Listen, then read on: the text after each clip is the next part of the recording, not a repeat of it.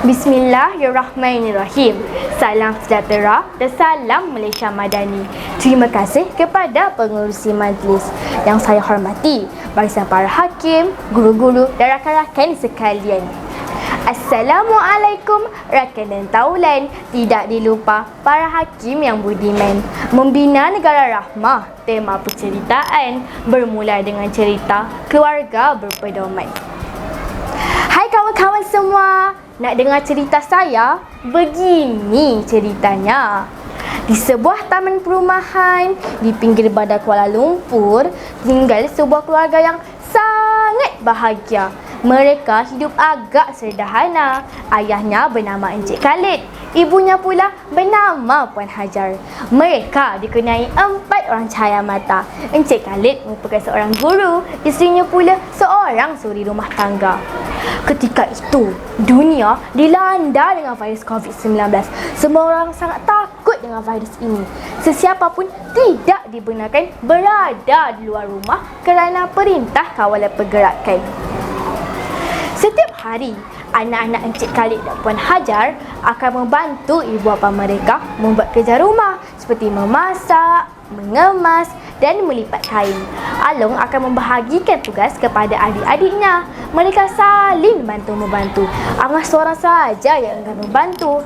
Angah lebih gemar tidur dan melajari internet. Ibunya sedih nasihatinya. Angah tidak suka mendengar nasihat dan kata-kata orang lain. Setiap kali nasihatinya ibarat mencurah air ke daun keladi.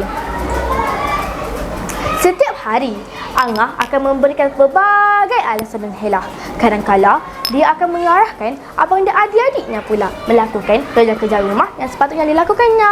Adik-beradik yang lain saling bersama. Bab kata pepatah, barat sama dipikul, ringan sama dijinjing. Oleh kerana sikapnya yang semakin menjadi-jadi, Angah seakan lupa diri. Hanya suka duduk, bermain, makan dan tidur sahaja. Sikapnya semakin tidak digemari oleh adik-beradiknya sendiri.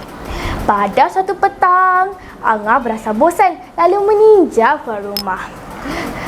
Tanpa pengetahuan sesiapa pun, Angah keluar dari rumah dan menuju ke taman permainan berdekatan dengan rumahnya. Tanpa disedarinya, ketika itu, sebuah kereta polis peronda sedang menjalankan rondaan.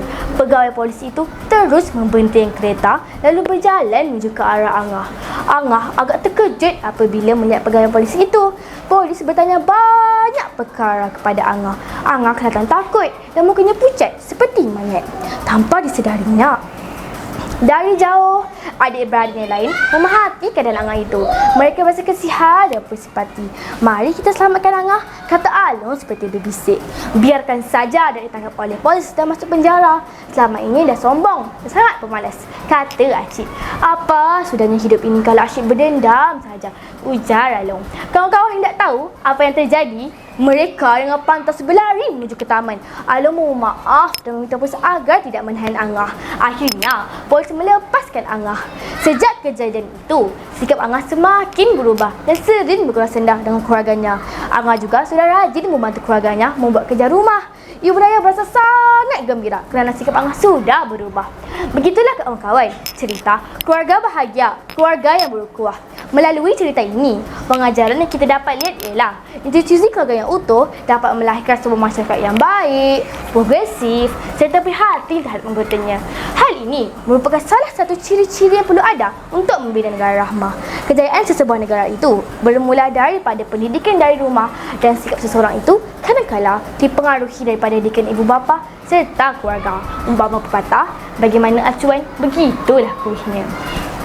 Kalau ada sumur di ladang, bolehlah saya menumpang mandi. Kalau ada umur yang panjang, insya-Allah kita jumpa lagi. Sekian, wabillahi taufiq wal hidayah. Wassalamualaikum warahmatullahi wabarakatuh.